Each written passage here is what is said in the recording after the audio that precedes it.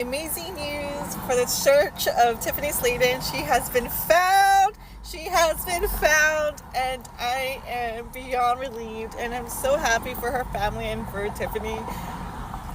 Wow, I can't believe it, but they just posted 23 minutes ago that she's been found, to the point that I want to cry. I've been praying for Tiffany this whole entire time, for her family, and I'm just beyond happy. Let me get to the facts. So Tiffany was found this Wednesday afternoon. Today, the owner of Vermilion Valley Resort was checking on his property near the Lake Edison in Fresno County, and he found one of his cabins was occupied by a woman. He was aware of the ongoing search. He called the sheriff's department, and they were able to confirm it was her, that it was Tiffany. Tiffany was dehydrated, but beyond that, she was in good spirits and in really good condition besides being dehydrated. Right now, she's receiving treatment in the hospital, and they were able to tell Tiffany's parents the good news, and obviously they're elated. Her mom is obviously posting in Facebook, which is her preferred way of communicating with the public. One of the cool things about this story is that the road from Kaiser Pass back to Lake Edison was impassable due to the snowpack, and today was the first day that they were able to go through that road because there were snow plows that were able to clear the snow. That's how the owner was finally able to check on his property, and he was aware of the ongoing search. And one of the reasons why he would leave the cabins open, unlocked, was because of emergency reasons like this. And it's just amazing news, beyond happy. And I just want to say thank you to everybody who kept sharing her story and getting the word out, and we found her. We really did find her. I can't even believe that I'm saying those words. We talked to Tiffany. We talked to Tiffany. Yay! But one of the three things that she said was, I'm in big trouble. That was one of the first ones. The second one was, she didn't know that people were looking for her. And the last, which got my heart, was, I didn't know I was that loved, and not referring to us. As I'm looking in this camera, Tiffany, I just want you to know, because you don't have any electronics, so you've not seen this yet, that there are people like the Michaelas in this world. There are people like search and rescue, police, volunteers. There's your family. There's your mountain community. There's people in all 50 states, all shades of color, religious or not religious. There are people who were searching who never, ever met you. You had well wishes around the world when it seemed like it was impossible. There were people who were praying, who prayed often, and those who never prayed at all. Tiffany, you are loved beyond measure. Oh my gosh, you are loved. We love you. Your community loves you. You are loved. Don't ever forget it. There are angels on earth, and those angels are everybody that's looking in this camera. We thank you. We thank you, the community that helped to find Tiffany through prayer or no prayer, just for well wishes. We take it all. Thank you so much. Oh, thank you so much. And to the gentleman from the Vermilion Valley Ranch Resort, your small gesture turned into something so huge. Thank you so much for that. So, Tiffany, when you say you are not loved, Say that to all those people. We all love you. And don't you ever, ever forget it. Around the world. People from around the world love you. And for the people around the world, everybody, that includes everybody in this camera that's watching, we, the Slaton family, love you. Thank you so much. I didn't really come up with anything that's super planned for this. It's literally only been 2 days, but I will do my best to answer any questions that you may have. When I started, I had pretty much fallen off of a cliff trying to go on vacation for the first time. I may never do a real vacation longer than 3 days ever again. When I fell off of this cliff, I was unconscious for about 2 hours and did indeed have to splint one of my legs and pop the other knee back into place. From there, I couldn't actually get back onto the road. The main road was blocked because of the avalanche that I had been in, and of course, like a normal person, the first thing you're supposed to do is call 911, and I attempted that 4 or 5 times with no avail, and eventually got mad at my GPS and decided to ask, well, where's the nearest Starbucks? He was like, oh, well, we can answer that question. It's 18 miles from here. You can't give me 911, you can't get me GPS, but you can get me a Starbucks? Yes, we can. It's also a shorter distance than trying to find the entrance. And in doing so, I ended up on this very long, arduous journey that I journaled to try and keep sane. And eventually managed to get to civilization. I haven't really gone through all of the details. I ran out of a lot of food after 5 days. But I will do my best to answer any questions that you may have. Well, what did you eat? I mean, you were in the elements for how long? The worst thing that you can do in an emergency situation is panic. I'm a traveling dialysis technician and an archery coach by trade. I didn't want to panic. In the first 5 days, I was still ready for my vacation. I had some of Fresno's best citrus, which was funny because I'm kind of allergic to it at that point, but I did have food to begin with. But I'm a trained permaculturalist. That means I'm very good at foraging and helping people not go to the grocery store in very rural areas. And the Sierras has a large selection of leeks that is hard to find in other places. In case you don't know what that is, it's sort of a green onion, and I managed to survive off of these leeks and boiling the snow melt for a very long period of time, actually. And I journaled it. I think I've been out maybe 23 days on this. And you slept outside, or did you have any cover at all? At the beginning, I was coming to try and do a camping trip, so I had 2 sleeping bags and a basic tent.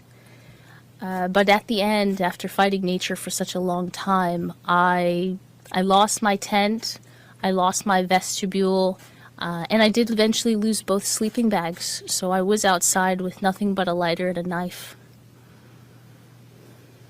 Tiffany, after many days, how you avoid death to survive?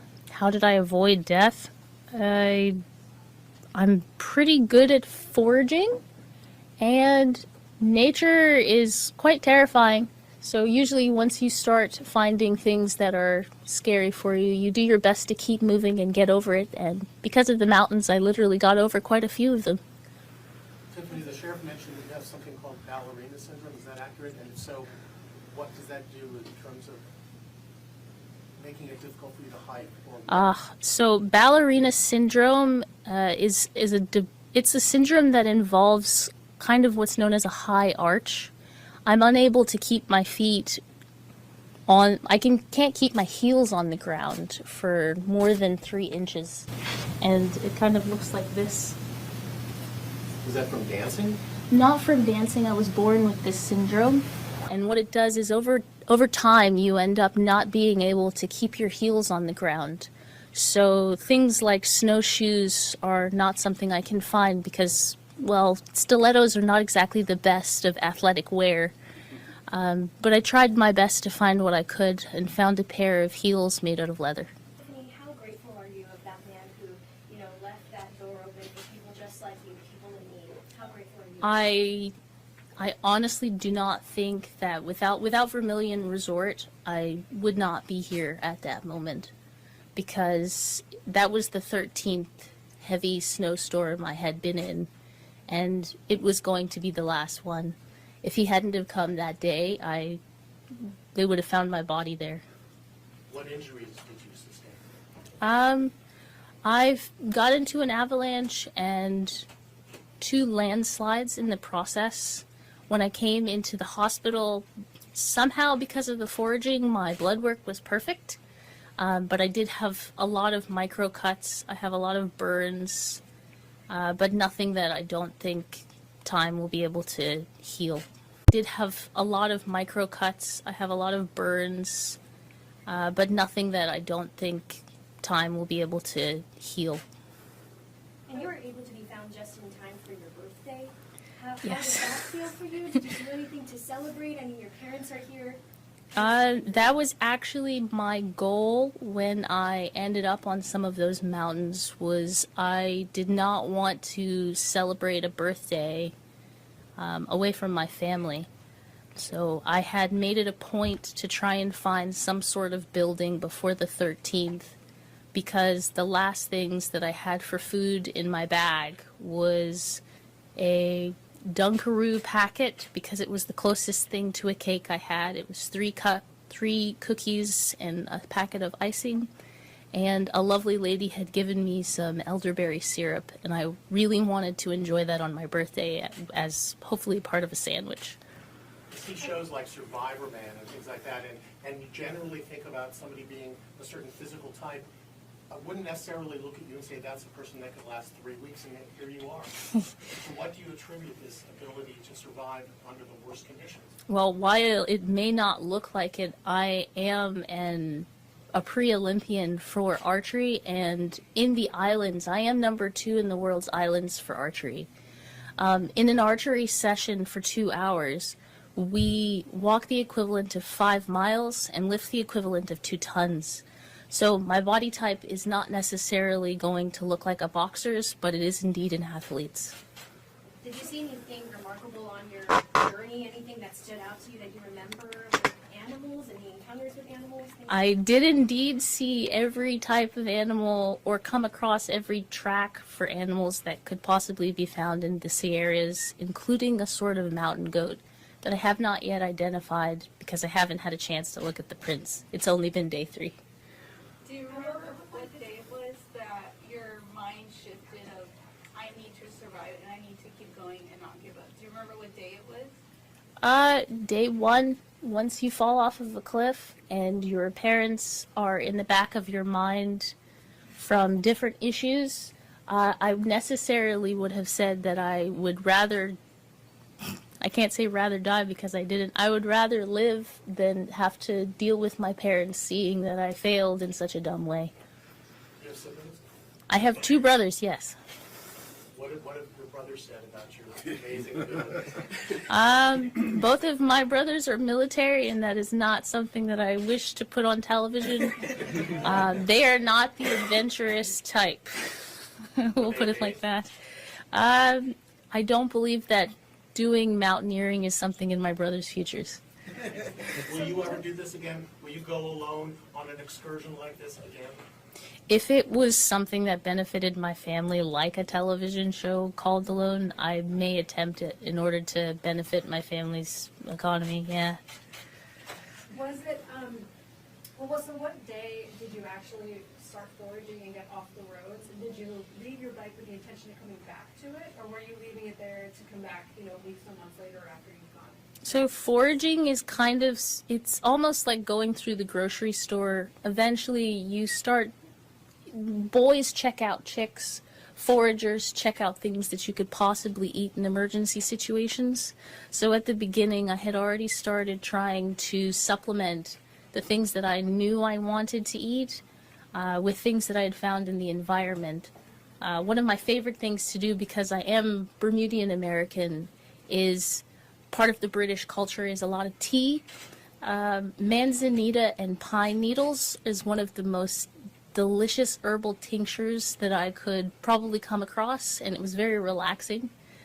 If it wasn't for the life or death situation, I probably would have really enjoyed that aspect. So you made a fire every night, you made tea every night? I did indeed make tea every day, partially because of my Britishness, but the other reason is when you're unable to collect a lot of carbs, the next best thing that you can do is to create a stockpile of micro minerals and vitamins so that you don't fall out.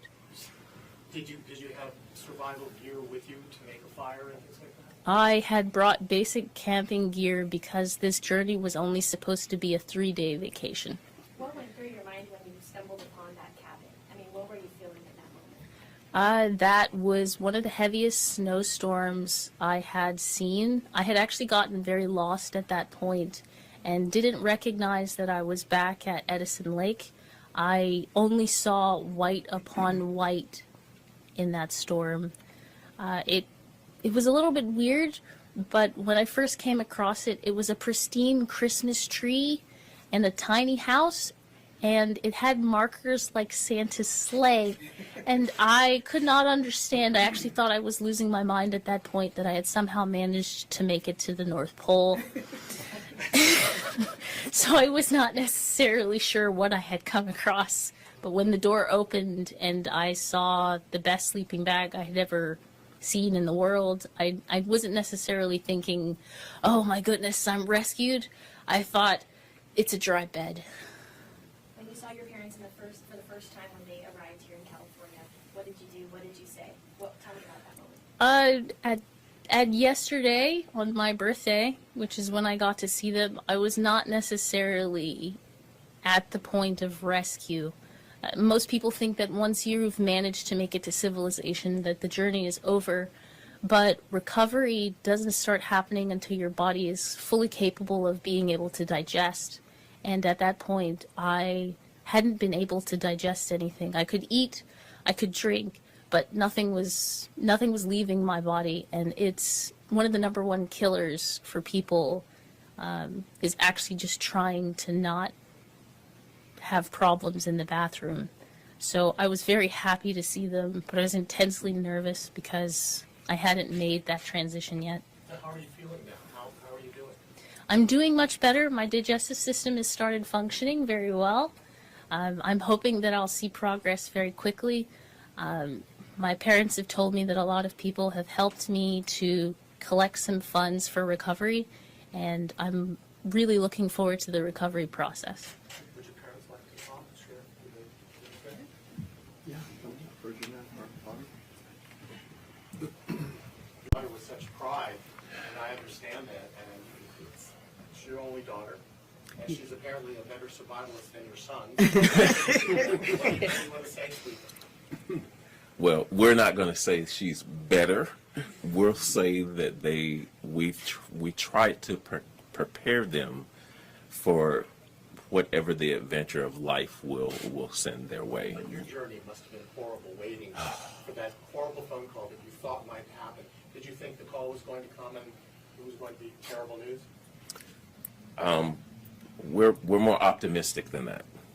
We know our children. We know their capabilities to be able to survive. Our children, we've always been outdoor people. Let me rephrase that. My children and my wife are more outdoor people. I would be more comfortable sitting inside and air conditioning in a condo. However, we raised our kids to be outdoor camper type people.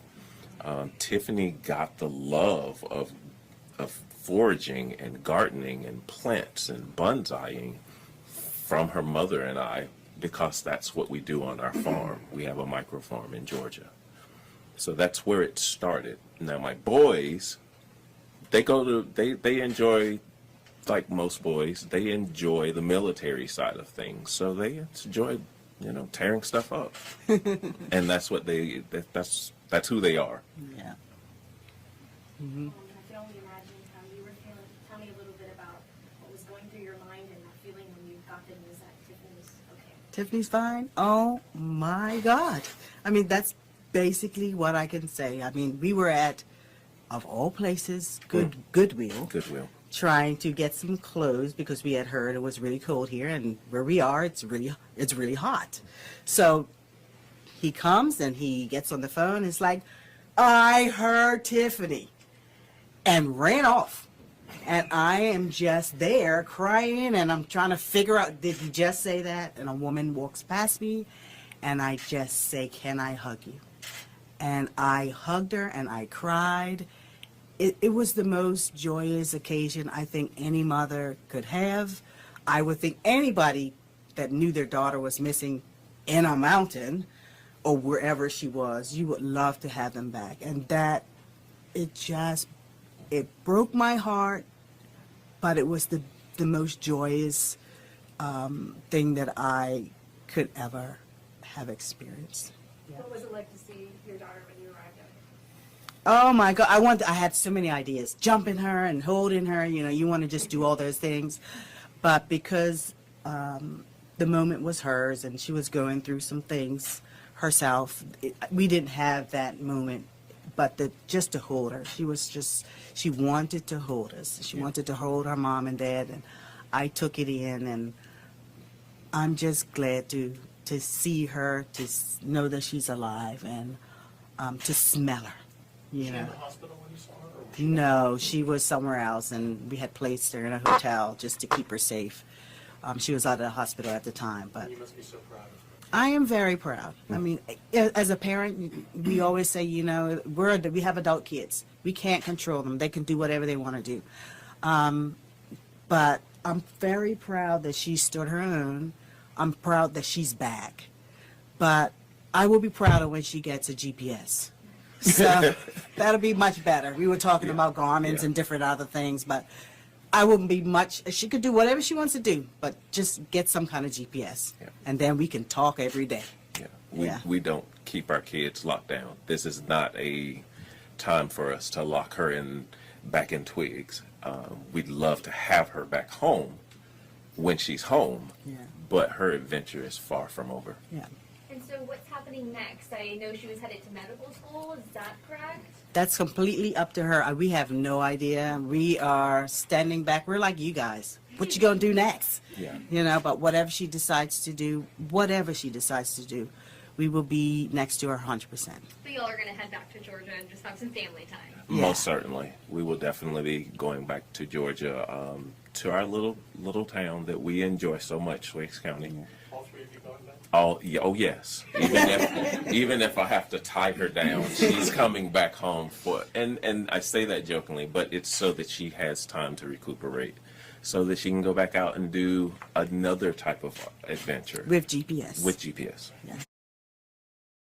For those who don't, Adventure. With GPS. With GPS. Yes. what's this experience done for you guys and your belief for God? Oh my gosh. Yeah. As far as God, we've always been people who believe in God. That's not going to change.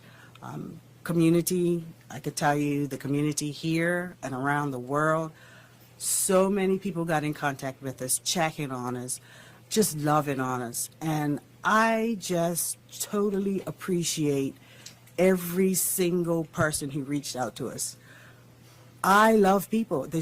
I don't care, and I've said it so many times, I don't care where you're from, what you look like. I don't care you're religious or not. People, there are good people everywhere. And for whatever reason, and I'm going to say God, but he always connects us to good people. Mm-hmm. And so I'm going to take it. I'm glad that he gives it to us. Up days, down days, bad days, good days. We're going to all go through it. Every single one of us are going to go through a bad day. But that doesn't mean that there's not a ray of sunshine somewhere. And everybody in the community around the world showed us the ray of sunshine when I couldn't see it at all. So I definitely want to thank them for that, and I thank you for the prayers, and I'm just so grateful, and I'm so thank you, and the police department and everybody that helped. We were here and crying earlier. I love every single one of these people that were out there. I'm helping to find Tiffany, and some here even doing it on their days off, overtime. This is just the best community of people that I have ever met, and I just want to say I am grateful and thank you, God, for everything. So, Bobby, you mentioned that Tiffany called you and said, "I'm sorry." I feel like any child we're scared our parents are gonna be upset. I mean, at this point, I feel like you can't be mad, but as a child, it's like, oh, my dad's gonna be mad at me. How are you feeling about that? So when I got the phone call, I really didn't know who it was on the other line. My daughter is lost, and we're trying to find her. And I was already warned that, you know, maybe somebody will call and pretend to be her to try to give you false hope or get the attention that comes with that. So I asked her, okay, so who is this? And she says, "It's me, Dad. I'm sorry. I'm not dead."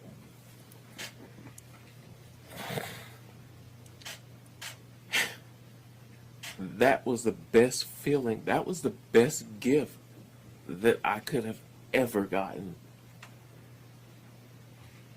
These kids that I have are my wife. They're the reason why I breathe, and the possibility and the thought that she might not come home.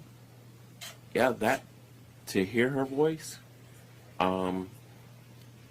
was really tough, but it was the best toughness that I could have ever experienced. And yes, I guess a person could have been mad at that particular point, but you can't be mad at that. You can't be mad at that. And yes, I did go into the store and say, "Hey, I just spoke to Tiffany," and yes, I ran off because at that particular moment, I remembered that I need to call the sheriff department to let them know that I just spoke to my lost daughter. I actually have a question.